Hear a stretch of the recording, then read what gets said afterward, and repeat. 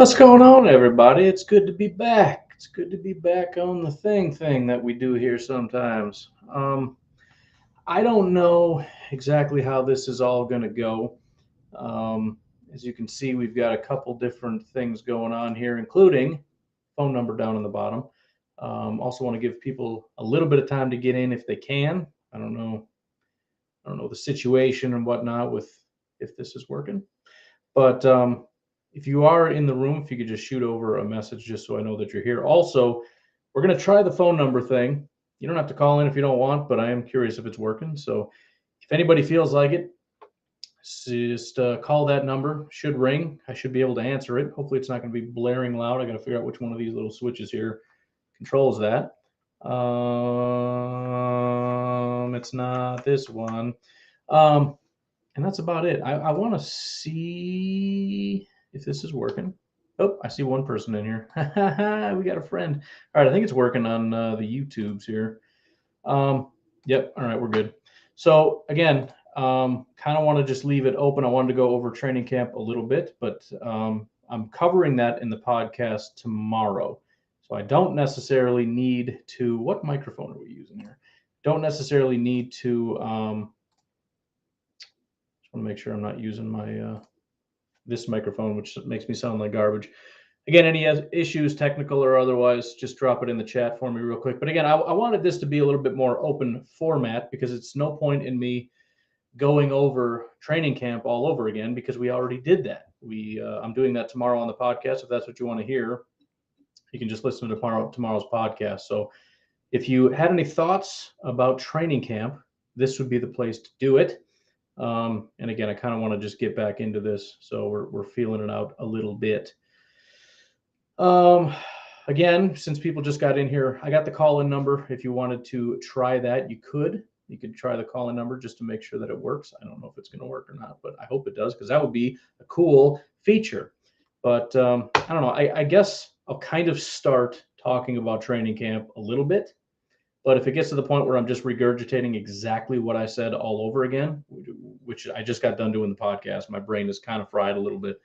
Then I'm just going to end. I'm just going to end the stream because I don't want to do the podcast twice because that's no fun.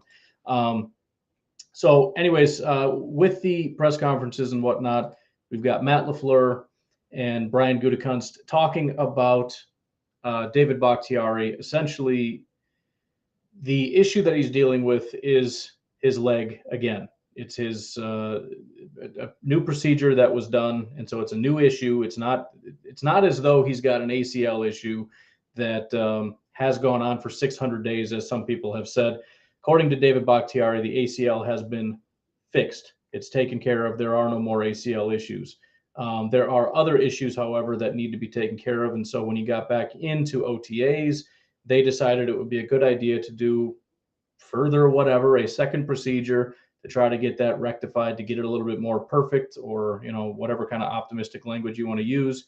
And as a result, we're waiting for him to get back from that. So there's still going to be concerns about why did you need a second, cleanup or whatever. But it provides a slight bit of optimism, I suppose, that things are going to be a little bit better than they were. I think on the pessimistic side is, and I talk about this a little bit on the podcast. I haven't seen anybody else comment on it, so maybe I'm the only one. But based on the language from Matt LaFleur, Christian Watson, when he showed up, was put on PUP. I think he may be out for a while. He also had some injuries sustained from OTAs, had, I believe, some kind of a procedure done. But the way that Matt LaFleur phrased it gave me the impression that he is going to be out for kind of a while. He had made a comment about the importance of training camp, the importance of the snaps that you get there, but he also went on to talk about the importance of preseason and the snaps that you get there, and that it's going to be a challenge for Christian Watson. He didn't say this directly, but not getting those snaps and instead only being in the meeting rooms. So again, that seemed to imply to me that he may not be getting those snaps, in training camp and the preseason. So I am starting to get concerned, and I'm starting to lower my expectations and my hope and my excitement about Christian Watson and all the fun little notes that we're going to get about him. Again, maybe that's just completely misreading it. Maybe that has nothing to do with what's going on, but definitely concerned about potentially Christian Watson could be out for an extended period of time. Um, in other notes, and I will do like two more notes, and if nobody's going to say anything in the chat, they're just going to stare at me talking, then I'm just going to bail out of here because, again, I already did this for like the last 2 hours, and I'm not doing it again. What else are you talking? Sammy Watkins. It sounds like he'll be. I'm guessing probably this week. Sammy Watkins will be back. It sounds like it's a very, very minor issue, and it sounds like he will be back extremely soon. Elton Jenkins apparently. Oh, there we go. We got a note. Elton Jenkins apparently is ahead of schedule. There's some videos of him kind of running around, dancing around, doing some cool stuff. So it looks good, but at the same time, David Bakhtiari looked good last year, and then he didn't come back early, and then he didn't come back on time, and then he didn't come back at all, and now he's still hurt. So we'll see, but news on Elton Jenkins is that he is ahead of schedule. Dean Lowry and Patrick Taylor were taken off of PUP, so that's good news. Khalif Bryce and Caleb Jones were taken off the non-football injury list, which is great until we cut Khalif Bryce, and then it wasn't so great for him anymore.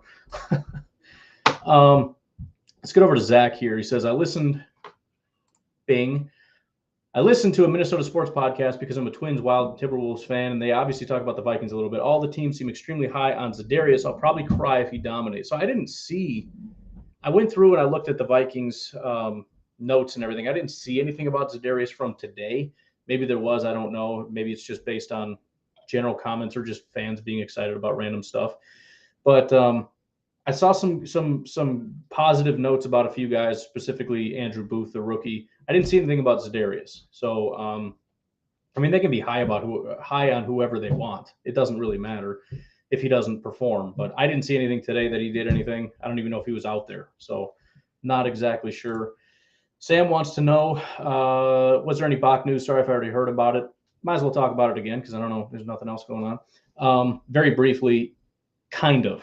Basically, the injury that he's dealing with is from a procedure that was done. He had a second procedure done, and it was around the time that we did the previous OTAs. My assumption being, I'm hoping it wasn't that he got injured during OTAs and he needed some help from that. It was, he came in, he talked to the trainers, and they kind of looked at it, and it was one of those things. They kind of talked about it with Christian Watson, too. It was a similar situation, or I don't know if it's similar. I'm making up that it was similar, but I'm saying it's a possibility. Christian Watson apparently was one of those things. He could have played through the season, no problem, but they decided, why don't we just take care of this now? If he's got to be out for a while, then he's got to be out. But let's just take care of it because we want him here for the long haul, not making sure he's here for week 1, 2, 3, whatever. It's possible that was the situation with David Bakhtiari, that had they not done that second procedure, he could have been in training camp right now and everything's good. But they decided, let's just go all the way. Let's get it taken care of all the way and get this taken care of. And so that's the situation with Bakhtiari. He had a second procedure done, and we're waiting for him to come back from that. I don't really know why he had a second procedure. I don't know how long before he gets back from the procedure, and I don't know what the likelihood is that he's going to be okay from this procedure any more than he was from the last procedure. I don't have any answers to any of those questions, but that was essentially the update. Brandon wants to know, can we get some contest going where if Ryan loses, he has to spike his hair and get frosted? If I lose what? Spike his hair and get frosted tips. I don't even want to know. Oh, you mean okay, the hair, the tips of the hair. All right, I was getting real worried about what that means.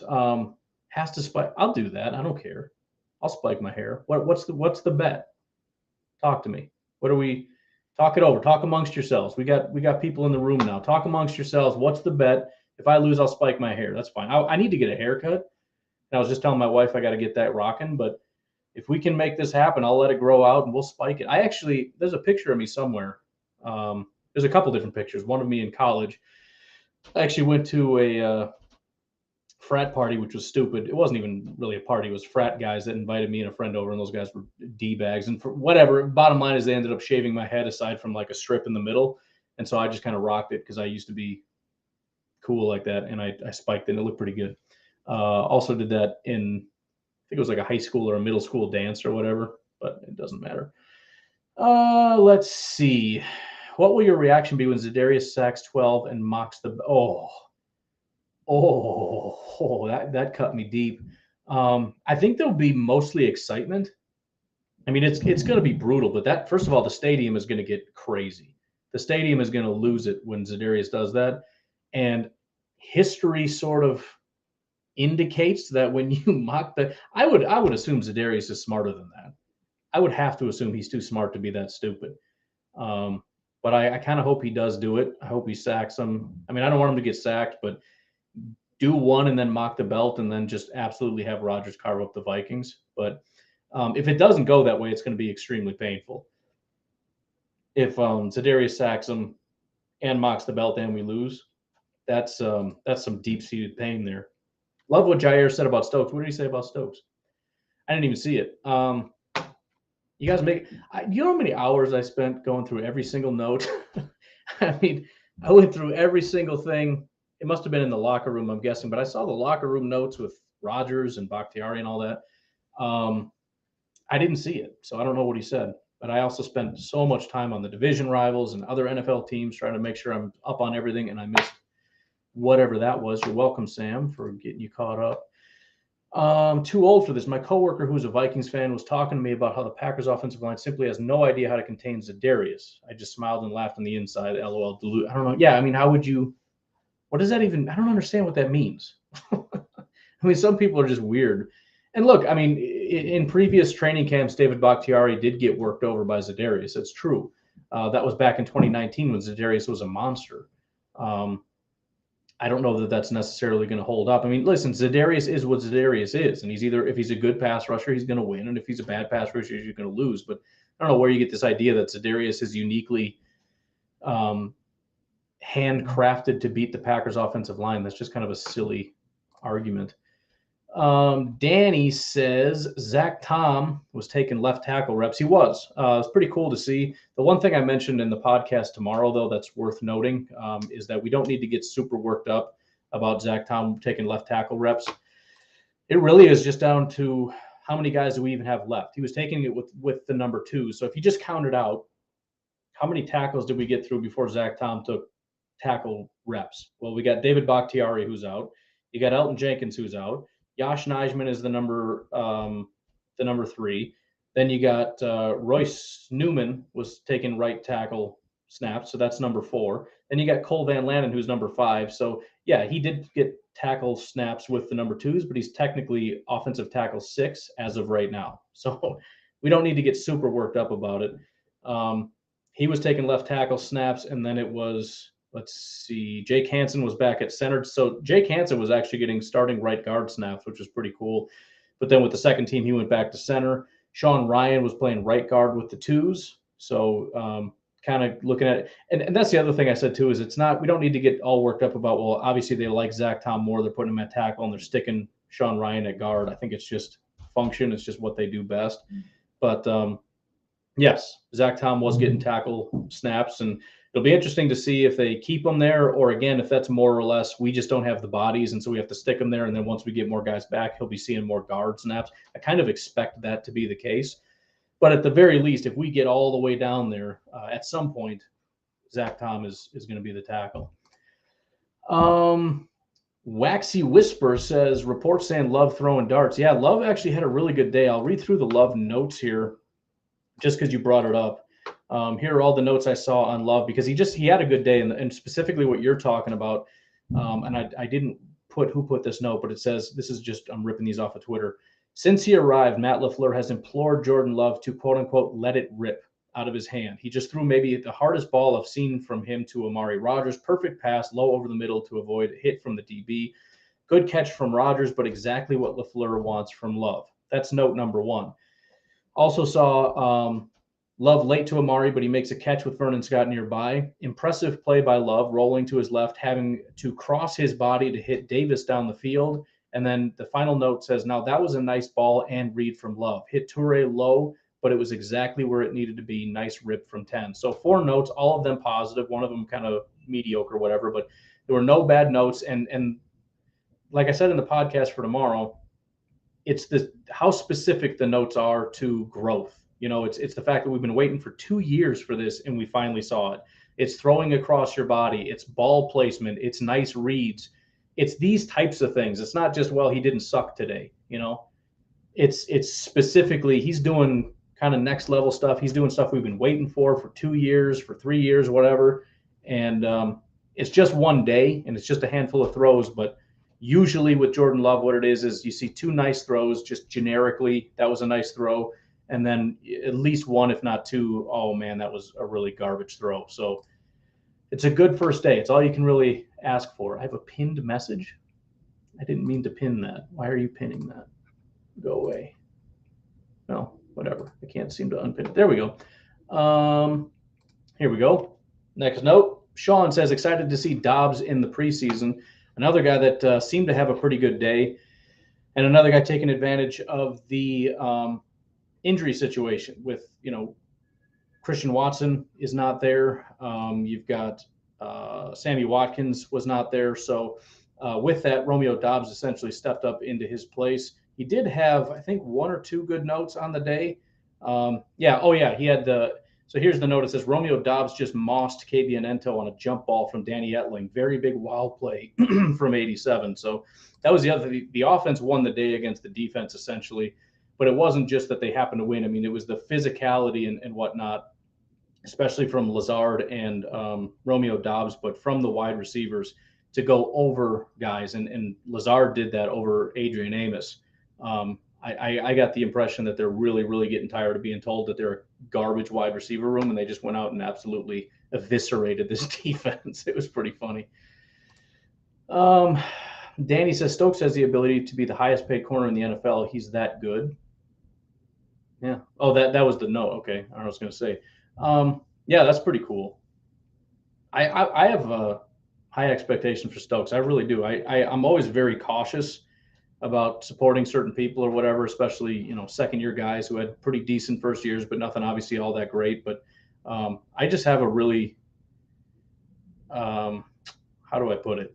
Very low chance in my mind that he's going to be bad at football. I'll put it that way. I don't know that he's going to be elite, but I just don't have a lot of fear that he's going to just be garbage, I guess. Goose is in the house. Goose sent, 4 voicemails today? By the way, the phone number, I'll put it back up. I got these. Can I put it somewhere else? I can put it in the ticker. Let me move it over to the ticker. But here's what we got. Bam. 608-501-0718. I don't know if it's going to work, but you can call the number and we can try it and we can see if it works. 608-501-0718. Make it look like a phone number so people know what's going on. Put that on the ticker, and then I can get back to putting in the. There we go. Get back to doing the questions. But yeah, Goose had like 4 calls. I think that was you, wasn't it, Goose? That called in like 4 times. 2 of them were, I think, butt dials, and then 2 of them are actual calls. I think. I'm not sure what's going on. But I got to go upstairs after this and eat dinner, and then come back and record my second podcast of the day, third if you include this. So it's a busy day. All right. Oops, I skipped Goose's question, but let's get to this. Snow says, give me some of your patented optimism regarding Watson starting camp on PUP. Well, you missed the beginning of the show. I actually said that I think he's going to be out for a while. I haven't heard anybody say that, but my expectation, I'm getting my head cut off here. My expectation based on what Matt LaFleur said is that he's actually going to be out for quite a while. So I know you're you're trying to get something out of me here, but that is my expectation. I'll essentially what Matt LaFleur said, I'm trying not to misquote him, but this is how I heard it, is that he's concerned for Christian Watson because preseason and training camp snaps are so critical, and he's essentially going to have to learn without that. Now, maybe he didn't mean to lump it all together. He was just talking about like this period is important and he's going to miss some time. But he specifically referenced not just training camp, but snaps all the way through preseason. So I think he's going to be out for a while. I think there's a chance he doesn't play week 1. So I don't know, but that was the impression I got that kind of scared me. So no patented optimism. Sorry about that, Snow. Goose says, what do you think of Hansen at RG2? I'm happy about it because he's just kind of been this unknown commodity. I don't really have any expectation of him being a great football player. It's exciting. I always like when you see stuff like that because he earned it. You know what I mean? And we know should be there, could be there, whatever. And the fact that he's being put there over all these other guys means that they see something in him. So there's a potential that he really took a step and could be, as I think it was Wes Hodkiewicz said on Twitter today, could very well be sort of that Lucas Patrick guy. The center / guard that comes in and plays guard, and then in a pinch like last year, you get a guy like Josh Myers goes down and they can slide over to the center position and play there. But I do like that you're seeing him go into that role. He's been sort of the forgotten offensive lineman, that forgotten 6th-round pick. John Runyon obviously has become that guy, and we just assume he's the starting left guard from here on out until somebody possibly beats him out, but probably not. But yet Jake Hansen, also a 6th-round pick, we kind of just assume he's garbage and he's going to be on his way. But we're really happy to see that maybe there's something there. I don't know. But again, the other issue is there's so many people that are out that are injured. It kind of is like, is this just because everybody's out, or is there something actually here? So we'll hopefully get a better answer on that in the near future. Yep, I got that one already. Ford was released by the 49ers. Oh, D Ford. I saw that. I don't think it's necessarily going to happen. We had the opportunity to go get D Ford back in 2019 when we ended up getting Za'Darius and Preston. And that was when we had D Ford's former coach working here, and we decided not to get D Ford then. Biggest issue with him being injury issues, and he was essentially just released by the 49ers because the guy can't stay healthy. So I don't expect the Packers to pick up the phone and bring him in. If they do, cool, that's fine. It'll be sort of like a Sammy Watkins for defense, a guy that, he probably can't stay healthy, but we'll take whatever we can get from him while we got it, I guess. But I don't expect that to happen. Let's see. What up, guys? GPG from Go Pack Go from North Carolina. What's going on, Chris? How you doing, man? Going on. By the way, if you, I know you can't. I was gonna say you know what?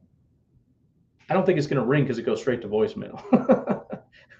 We can't do the call in. I could change the setting, but I don't really know how right now.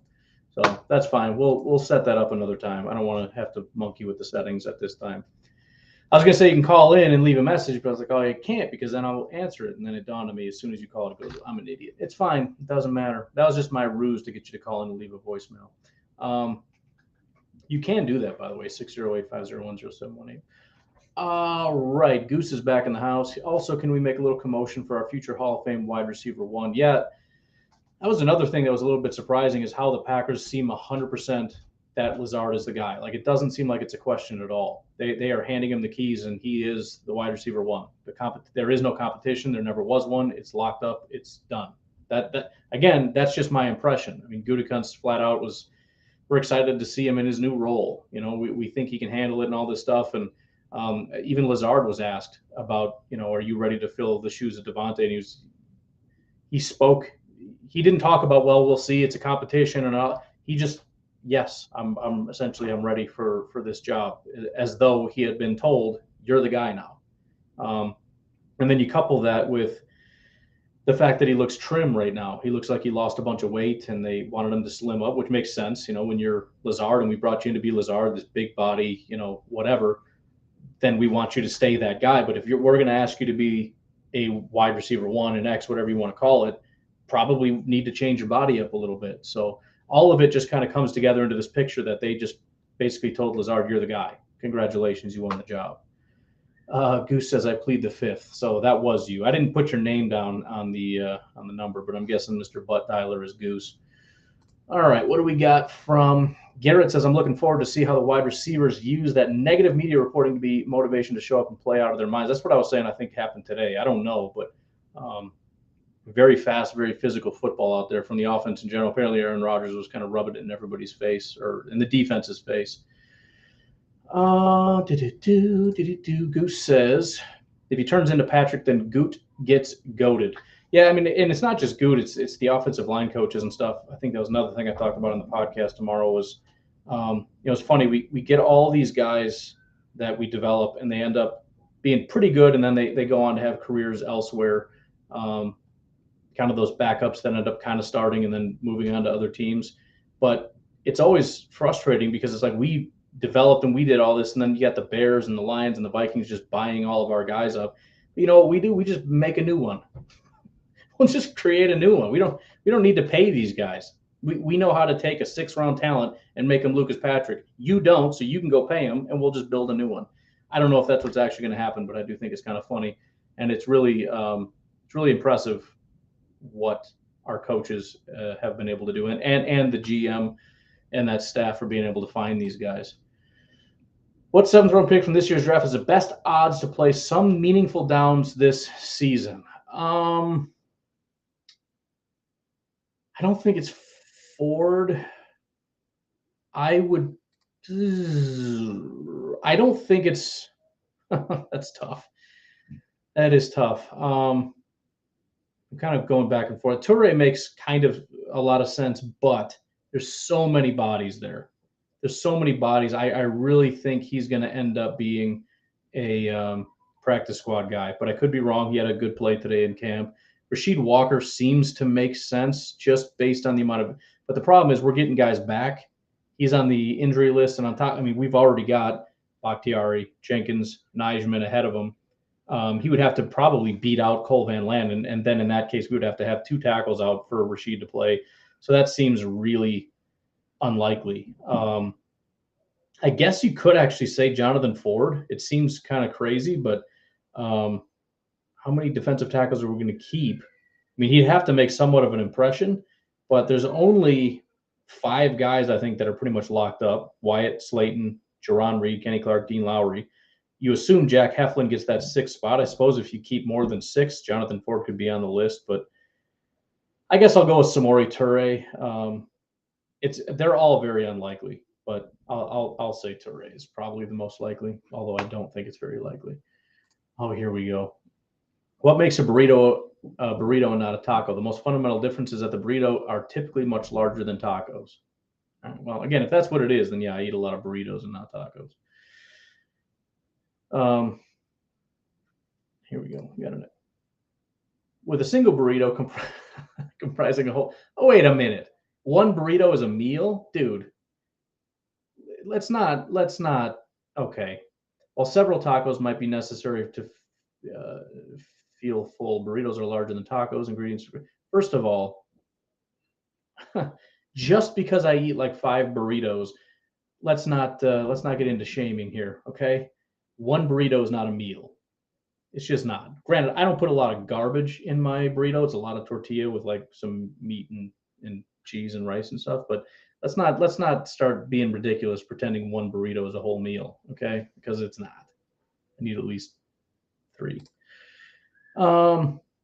Shamar Jean Charles as CB4 is interesting. Wonder if that is just due to injuries, or hopefully it's a progression. Yeah, so I noticed that too. Let me look at his. Where is? Oh my goodness, it's literally right in front of me. I'm trying to find the tab. Like, where's my tab? It's on your screen, you dummy. So so Eric Stokes and Jair Alexander were CB1 and CB2. Rasul was sticking in the nickel spot, and apparently as Jair went out, it was Shamar Jean Charles that came in.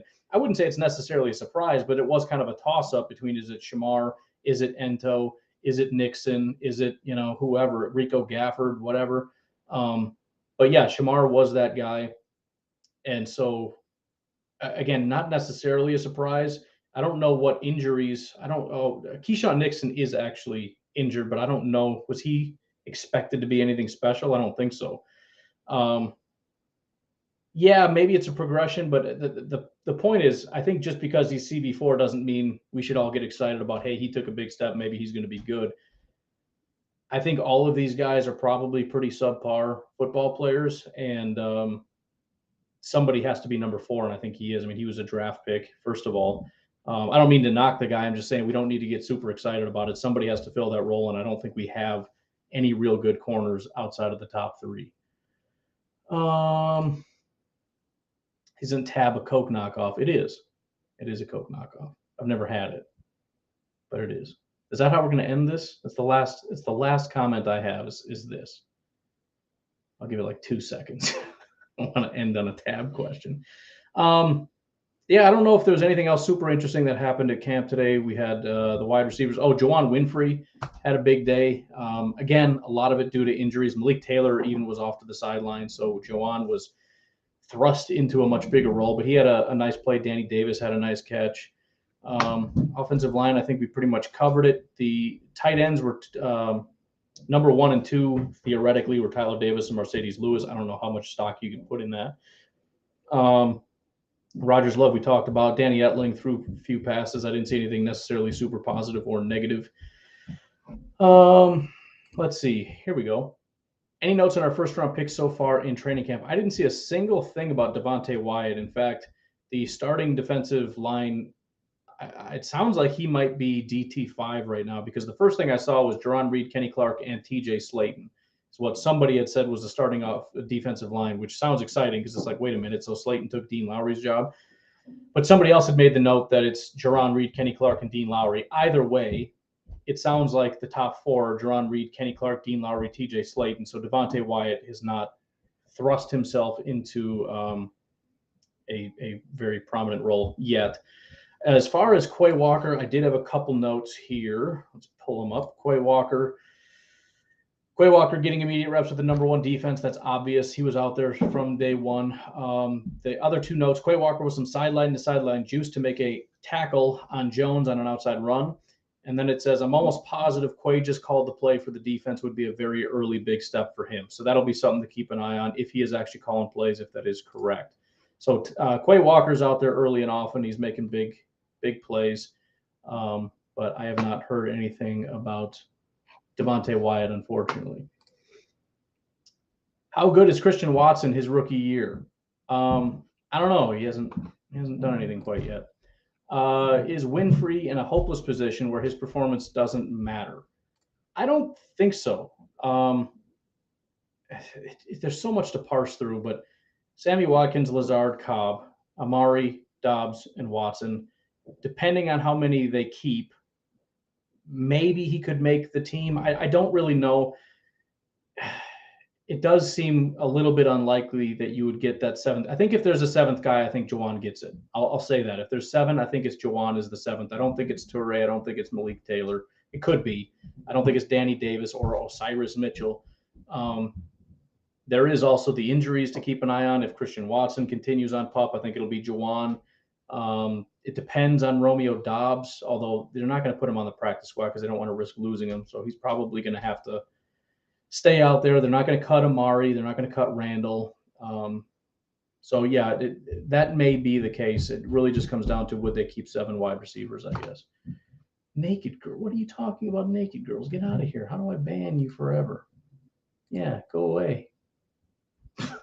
Look up at this nonsense. All right. Any concern we don't hear about our boy DeGuara? I'm not concerned about it. I mean, there's a lot of guys we haven't heard about because there's not a lot going on. He was out practicing, but I didn't see anything. I mean, I didn't see any notes about Mercedes Lewis or Tyler Davis. I saw 1 reception from Dominique Daphne is the only tight end note I saw. So no, I'm not concerned about that at this point. Sean says Saul Walker was practicing with punt. Yeah, that's true. That was also a note. It said that was on my special teams notes. Where is it? There we go. Quay Walker working with the punt protection unit, getting a little extra work after practice. So I thought that was pretty cool.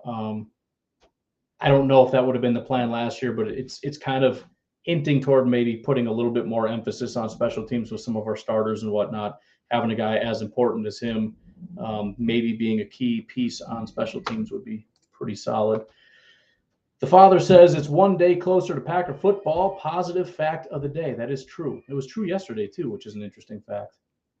Is this person actually banned? Because I can still see all the I can block them. But I don't know if I can make the comments go away. Anyways, Goosey says, yeah, underline and highlight Walker because the Packers never bring rookies up to speed this fast. Yeah, I agree. They have always had this mentality with him of like, it's go time. Like they just seem to have no, it's just a weird thing where nothing makes, like they don't draft linebackers in the first round and they took him over Devontae Wyatt and it just feels like they were absolutely in love with this prospect from day one. He was running with the ones day one in OTAs. He's potentially calling plays already. He's making plays already. I didn't see a single note about anybody else making a tackle. Granted, it's not really a tackling period. We're talking tackles, but I mean, it's just, it's seeming as though the Packers have no hesitation, no concern, and they are ready and willing and excited for this guy to just be making massive plays from day one. So it's pretty crazy. Dude, when tacos? When are we getting tacos? When are we eating? When am I eating tacos? I don't know. I think I'm going to make hamburger helper tonight because I have not had that since I was a child. And I bought a box and I have some ground beef thawing in the fridge. So I'm going to make hamburger helper for the first time, probably since like high school. And I am unbelievably excited about it. Actually, I had some in college too, but that was just me eating other people's food because I was poor and starving to death and probably intoxicated. I think on that note, I am going to go make the hamburger helper because it's getting late. I have to go upstairs. I have to eat dinner. I got to come back downstairs and I got to record Packernet After Dark. If you want to get in on Packernet After Dark, please do call 608-501-0718. Leave a message. Let me know what you want to talk about. That's what we're going to do. Appreciate you guys jumping in. Again, just kind of wanted to revisit this whole video thing. I haven't done it in a long time. And so thanks for playing along. And